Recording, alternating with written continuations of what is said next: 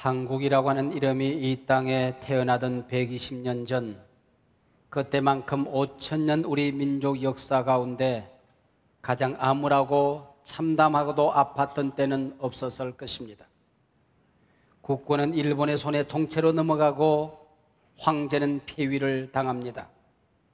나라를 살려버리던 애국지사들의 몸부림, 자결, 원수들 암살, 이 모든 것이 수포로 돌아갑니다. 모든 국민들은 허탈과 절망 그리고 좌절에 빠져듭니다. 세계 모든 열방들이, 세계 모든 나라들이 이 나라를 떠나고 이 나라를 버리는 것처럼 보였습니다.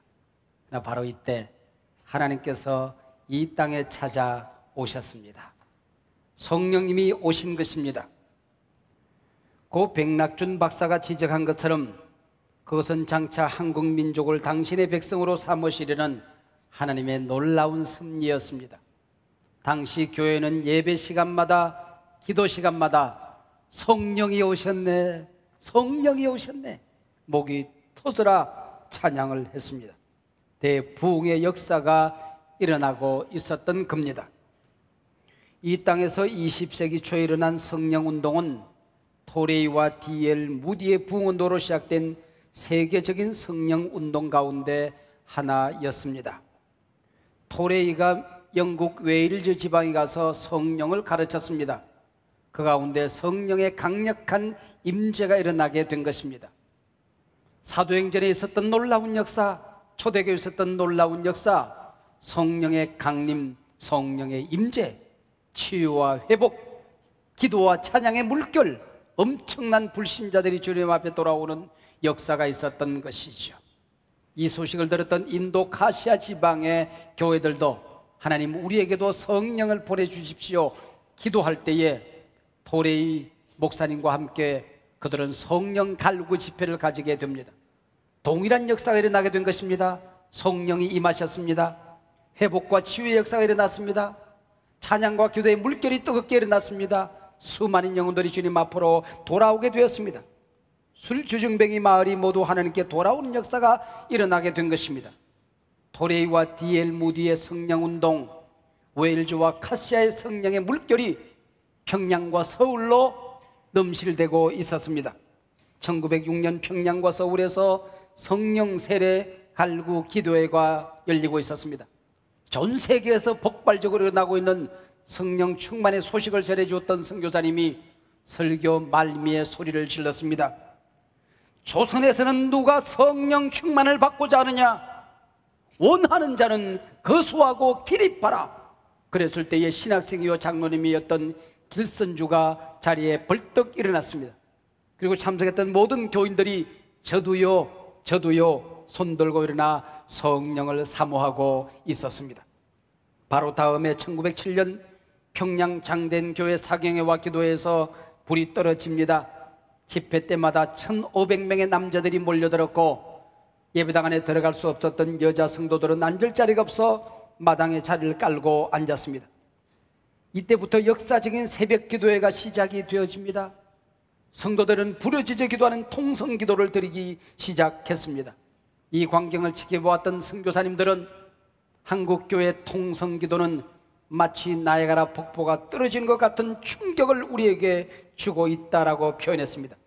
당시 집회 때마다 유교 신자들, 불교도들, 무당 숭배자들이 돌아옵니다. 선교사님들은 서양 우월주의를 회개합니다. 방위량 선교사님이 설교를 마치자 장로님 가운데 한 분이 자리에 벌떡 일어나 회개를 시작합니다. 나는 사단과 맞서 싸워야 하는데 주의 종들과 대적했습니다. 교회 장로로서 부끄러움을 모르고 다른 장로님 미워했습니다. 주의 종 방위량 목사님 미워했습니다. 나를 용서해 주십시오. 집회마다 회개 울음바다를 이룹니다. 성도들은 저마다 훔친 돈을 돌려주고 술주정뱅이가 회개하고 미워했던 죄를 자백했습니다. 또한 서로 사랑을 고백하고 다녔고 기생방 다녔던 일을 통회하는 일이 곳곳에서 일어나고 있었습니다. 1907년 평양 대봉이 일어나기 4년 전 원산 앞바다에서는 여성 선교사님들과 여성 성도님들이 자리를 같이하여 무너져가는 조선 땅을 살려달라고 기도하고 있었습니다. 사경의 강사로 나선 캐나다 의료 선교사 하리영 선교사가 자신의 무력함을 통회하며 자복합니다. 성경을 가르치다 말고 엉엉 울기 시작했습니다. 나는 교만했습니다. 한국의 선교사로 와서 한국인을 무시했습니다. 게을렀습니다. 나태했습니다. 우리 선교사들의 우울의식과 자만심이 한국교회 선교의 문을 막았습니다. 나는 통회하고 자복합니다. 진심 어린 한 선교사의 고백이 회개의 불을 붙였고 뒤따라 놀라운 성령의 임재를 경험하게 되었습니다. 언제나 회개하는 심령에 성령은 임하는 것입니다. 이때부터 4년, 5년, 6년 그리고 1907년 평양 대부흥에 이르기까지 한반도는 회개의 물결로 출렁이고 있었습니다. 살인과 간음, 상상도 할 수 없는 불길한 일들, 도둑질과 거짓된 일들, 서로 상처를 주고받았던 일, 마을 곳곳을 찾아다니며 회개하고 고백하느라 마을이 술렁이고 있었습니다. 어떤 이는 남을 속이며 장사하여 모은 돈을 나눠주고 다녔습니다.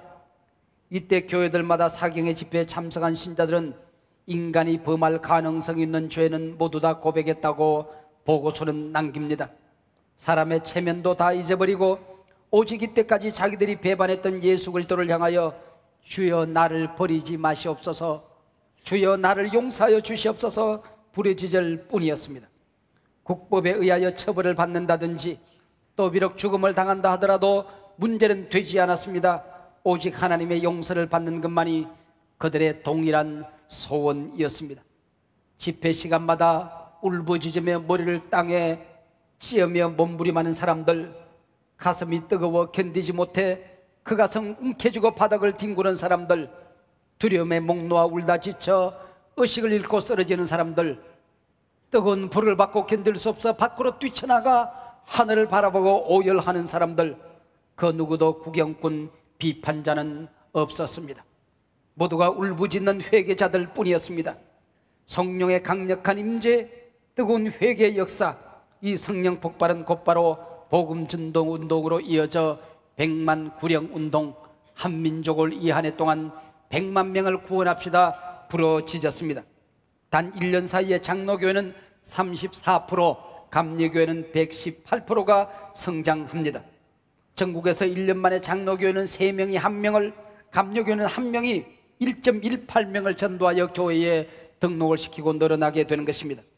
한국 기독교 130년 역사 가운데 퍼센테이지로 가장 큰 부흥을 보였던 한 해가 되는 것이죠. 120년 전 이 땅에 임했던 성령님은 모든 선교사들과 성도들을 전도의 광인, 미친 자로 만들고 있었습니다. 다시 복음에 미치라. 복음은 살았고 능력이 있다. 우리는 복음을 부끄러워하지 말아야 된다. 이 복음을 부끄러워하지 않고 전하면 가정이 살고 교회가 살고 민족이 살고 세계를 산다. 다시 복음에 미치자 하는 말씀을 듣고 싶습니다. 오늘 본문엔 벌써 2000년 전 복음에 미친 한 전도자 이야기가 나옵니다. 내가 미쳤도다라는 말이 본문에 나옵니다. 이 말은 총독 베스도가 사도 바울에게 한 말이지요. 베스도 총독이 볼 때 사도 바울은 분명 예수와 복음에 미친 사람이었습니다. 바울을 비난하기 위해서 했던 말이지만은 바울은 이 말을 자랑스럽게 영광스럽게 받았습니다. 우리 또한 이왕 예수를 믿을 바에는 미치도록 주님을 사랑하고 미치도록 헌신하고 충성해 보고 싶지 않습니까? 우리 하나님께서 미치도록 나를 사랑하지 않았다고 한다면 어찌 독생자를 우리 가운데 보낼 수가 있었겠습니까?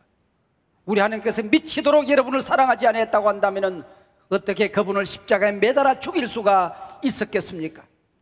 우리에게 복음이 전해진 것도 100년 전 복음 전도에 미쳤던 사람들이 있었기에 가능한 일이었습니다. 1907년 성령의 폭발을 경험했던 한국교회는 곧이어 전도의 열정, 구령의 열정으로 나타났습니다. 이처럼 사도행전의 역사는 누구든 성령을 받으면 땅끝까지 이르러 복음의 증인이 된다고 약속하고 있습니다. 당시 한국 땅에 와 있던 모든 선교사들은 너도 나도 복음에 미친 광인들이었습니다. 미친 듯이 복음을 전하는 그들을 보고 한국교회 성도들도 한 교회, 두 교회, 하나둘 미쳐가고 있었습니다. 처음부터 선교란 영혼 구원에 미치지 않고는 전혀 불가능했던 일이지요. 오늘 본문은 사도 바울이 베스도 총독과 아그리빠 왕 앞에서 재판을 받는 장면입니다. 지금의말로 로마 시민권을 가진 자신의 신분을 밝히고 자신의 죄 없음을 증명하고 석방될 수 있는 절호의 기회입니다. 자신의 명예를 회복할 수 있는 마지막 찬스가 될 수도 있습니다. 재판이 잘못 진행되어지면 생명조차 보장받을 수 없는 절대절명의 위기의 순간이었습니다. 그런데 이 어찌된 일입니까? 바울은 지금 자신의 무죄를 변론하거나 변명을 내려놓으려 하지 않고 있습니다. 어쩌면 저들 앞에 내가 설 수 있는 마지막 기회가 될는지도 모른다. 그렇다고 한다면 나는 무슨 말을 해야 될 것인가? 가장 중요한 말을 남겨야 한다. 그게 무엇인가? 복음을 전하는 것이다. 예수를 전하는 것이다. 저들을 구원하는 것이다. 내가 석방되느냐 갇혀있느냐, 내가 죽느냐 사느냐의 문제가 아니다. 바울은 담대하게, 분명하게, 똑똑하게 복음을 전하고 있습니다. 이 얼마나 놀라운 일입니까? 이러한 바울의 태도가 이해될 리 없었지요. 총독은 말합니다. 바울아, 네가 미쳤구나. 네가 공부를 많이 하더니 너 미쳐가는구나.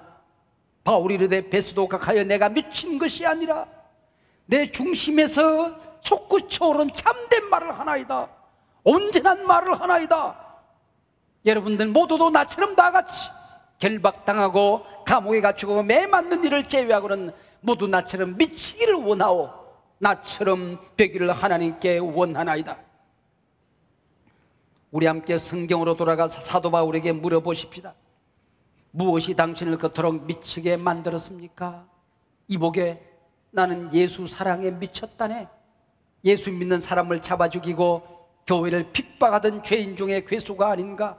하나님께서 어찌 나 같은 자를 용서하시고 하나님의 자녀 삼아주셨단 말인가? 전도자가 되게 하셨고 하나님의 자녀가 되게 하셨고 그것도 모자라 사도라 부름을 받게 하시지 않았는가? 주님의 사랑이 나를 강권하니 내가 어찌 주의 사랑에 미치지 않을 수 있더란 말인가? 바울의 대답은 계속 이어집니다. 나는 예수 그리스도의 피 묻은 복음에 미쳐 산다네. 나는 한때 유대교 율법에 미쳐보지 않았는가? 그러나 율법은 사람을 죽이고 사람을 올가미를 씌우고 구원을 막을 뿐이라네. 그러나 복음은 믿는 모든 자를 구원하고 자유케 하지 않는가? 복음의 능력을 아는 자가 어찌 복음에 미치지 않을 수 있단 말인가? 복음이 전해지는 곳에는 마귀의 자녀들이 하나님의 자녀로 바뀌어지지 않는가? 지옥의 문은 닫혀지고 천국의 문은 열려지지 않는가? 저주가 변하여 축복으로 바뀌어지지 않는가? 복음의 능력을 안다고 한다면 어찌 복음에 미치지 않을 수 있다란 말인가? 바울의 대답은 여기에 멈추지 않습니다. 나는 성령에 미쳤다네. 초대교회 성도들이 오순절 다락방에 모여 기도하다가 성령을 받았을 때에 모두 술에 취했다 미쳤다는 얘기를 들었듯이 성령 충만한 자는 모두 다 성령에 미쳐 살게 된다네. 낮은 자도 높은 자도 가진 자도 못 가진 자도 있는 자도 없는 자도 어린아이도 젊은이도 노인도 성령 받으면 성령에 미쳐 살아가게 된다네. 건강한 신앙인이란 미쳐야 할 곳에 제대로 미쳐서 살아가는 것을 일컬지 않는가? 오늘 이 시대는 예수 그리스도에게 똑바로 미친 목회자들이 사라지고 있는 데에 진정한 위기가 있는 것입니다. 예수 사랑의 포로가 되어서 가슴에 불을 간직한 성도들이 사라져가고 있는 것이 오늘 교회의 위기입니다. 뜨거운 열정에 불타는 목회자, 눈물과 감격의 성도가 오늘 그립습니다. 바울아, 너의 학문이 너로 미치게 하는구나.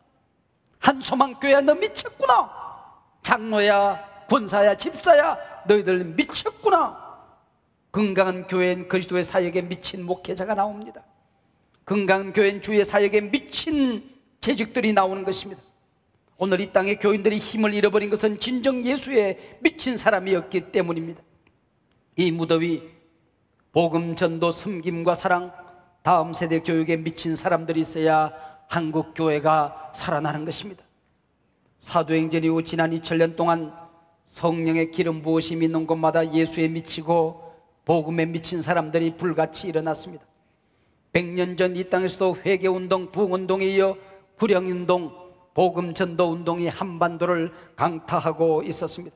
성령의 마음을 얻은 한국교회는 이미 알고 있었습니다. 민족 복음화만이 이 민족을 살리는 길이다. 복음만이 절망에 빠진 이 민족을 구원해낼 수 있다. 한국 땅에 와 있던 선교사들은 오늘 복음을 전하고 내일 죽을 사람처럼 몸서리치는 추위와 더위를 아랑곳하지 아니하고 전도에 미쳐 있었습니다. 선풍기도 에어컨도 없던 시절 뙤약 밑에서 복음을 전하다 쓰러져 일사병으로 죽는 선교사들이 부지기수였습니다. 언더우드 선교사는 안산읍 장터에 복음을 전하러 갔을 때에 얼굴을 알아볼 수 없을 만큼 뚱뚱 부어 귀신에 시달리고 있는 젊은이를 보았습니다. 노모가 이 아이를 끌안고 울부짖고 있었습니다. 그 아이 곁에서 그 아이가 불쌍해서 3일 동안 금식합니다. 주의 음성이 들려옵니다. 아이에게 손을 얹어 기도하라. 기도할 때 귀신이 떠나고 병이 낫고 그 가족이 주님 앞에 돌아와 안산에 교회를 세우고 부흥운동을 주도하게 되는 것입니다. 알렌 선교사는 의료 선교사로서 부흥운동이 귀신을 쫓아내고 병든 자를 기적적으로 고치는 능력 사용으로 한반도에서 펼쳐지고 있었다.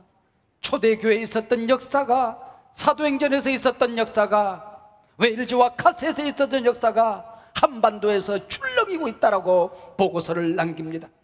대구에서 활동하던 아담스 선교사는 본국에 보낸 편지 가운데 지난 1년 동안 나는 단 하루도 쉬지 못했다. 내 발길이 가는 곳곳마다 하나님께서 하루에 한 교회를 세우시고 계신다라고 감사했습니다. 탁월한 한국어 실력으로 사랑을 받던 정킨 선교사는 추운 겨울 자신의 몸을 돌보지 못하고 이 마을 저 마을 뛰다가 폐렴에 걸려 죽어갑니다. 그래 선교사와 시릴로서 선교사는 이 마을 저 마을 복음을 전하다가 어린 자녀가 죽는 것을 지켜주지 못했고, 게일 선교사님은 아내의 죽음을 슬퍼할 겨를도 없이 급성장하는 한국 교회를 돌보기 위해 이 마을 저 마을을 뛰어다닙니다. 합정동 양화진에 묻힌 술을 헤아릴 수 없는 저들의 무덤을 보신 적이 있으십니까? 한국 독립을 위해 무더리도 애쓰던 헐버트 선교사는 이런 비문을 우리 곁에 남겨놓았습니다. 나는 웨스트민스터 사월에 묻히기보다 한국 땅에 묻혀 한국인으로 죽어갈 것이다. 나는 웨스트민스터 사원에보다 한국 땅에 묻히기를 원한다. 독신으로 한국 땅에 찾아와 인권을 유린당한 여성들을 부둥켜 안고 몸부림하며 기도했던, 복음을 전했던 루비 캔드릭 선교사님의 비문은 이렇게 남겨져 있습니다. 내게 1000개의 생명이 있다고 한다면 이 1000개의 생명을 송두리째 한국인을 위해서 내어주고 싶다. 내게 1000개의 생명이 있다면 나는 그 1000번의 삶을 한국을 위해서 바치렸다. 이는 선교사들만이 아니었습니다. 교회들마다 주일을 준비하기 위해 토요일 기도회가 열립니다. 기도회 후에는 둘씩 짝이 되어 복음을 들고 마을 마을로 성도들은 흩어집니다. 가난해서 전도 헌금을 할 수 없음을 안타까이 생각하던 교인들이 헌금 바구니가 돌아올 때에 바구니에 자기의 2발을 담굽니다. 나는 가진 것이 없지만은 내 몸뚱아리를 주님 앞에 올려드립니다. 몸과 시간을 바치겠습니다. 소위 날연보라고 하는 것입니다. 이 무릇 날연보로 전도에 헌신한 총 시간이 10만여 시간, 마가복음 쪽복음이 100만 권이 팔려나갔습니다. 전도지가 300만 장이 나누어졌습니다. 100만 구령운동은 어른들만의 열심이 아니었습니다. 대학생들과 중고등학생들 그리고 초등학교 학생들이 복음의 구령의 열정에 이글거리고 있었습니다. 1910년 길선주가 맥쿤에게 보낸 선교 편지 가운데 이런 내용이 나옵니다. 어린 학생들도 하나님의 사랑을 전하는데 그 열정이 흘러 넘치고 있다.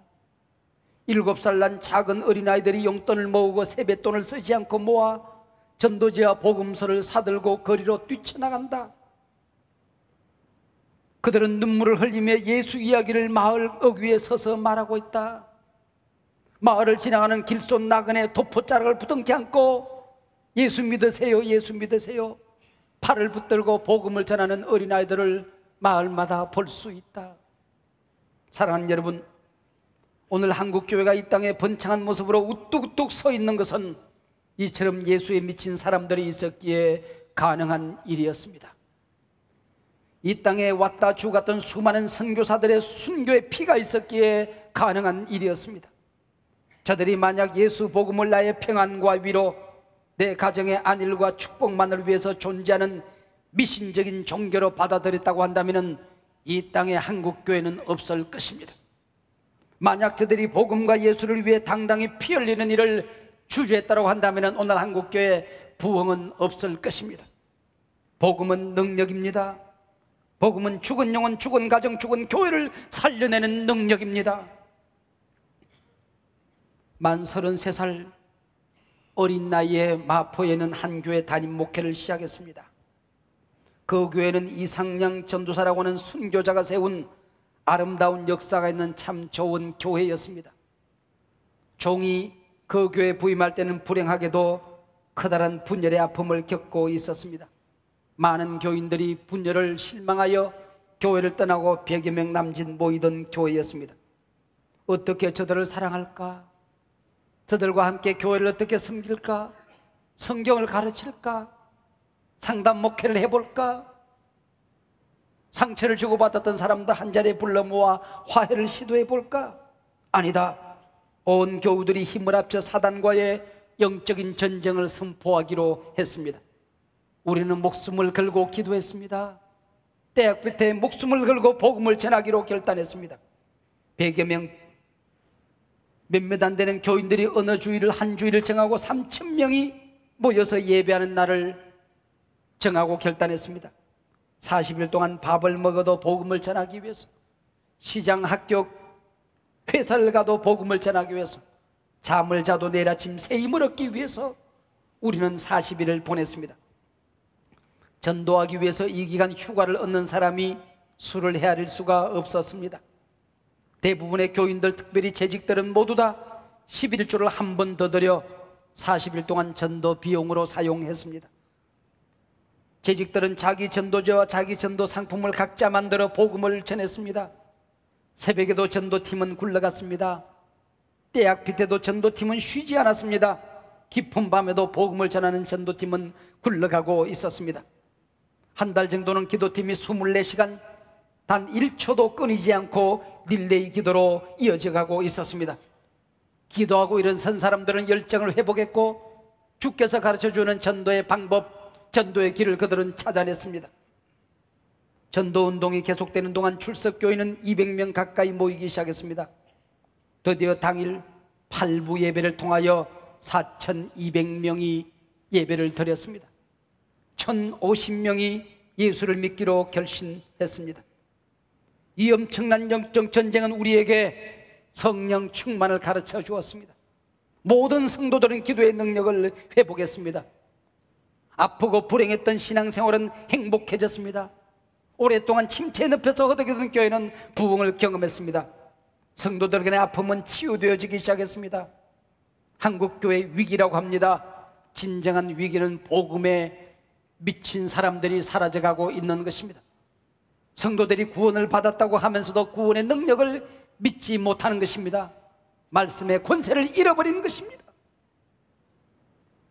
도산한 장호 선생이 구세학당에 입학할 때에 미국 선교사 앞에서 구술 시험을 먼저 치릅니다. 선교사가 물었습니다. 그대는 어디서 왔는가? 평양에서 왔습니다. 평양이 여기서 얼마나 되는가? 800리쯤 됩니다.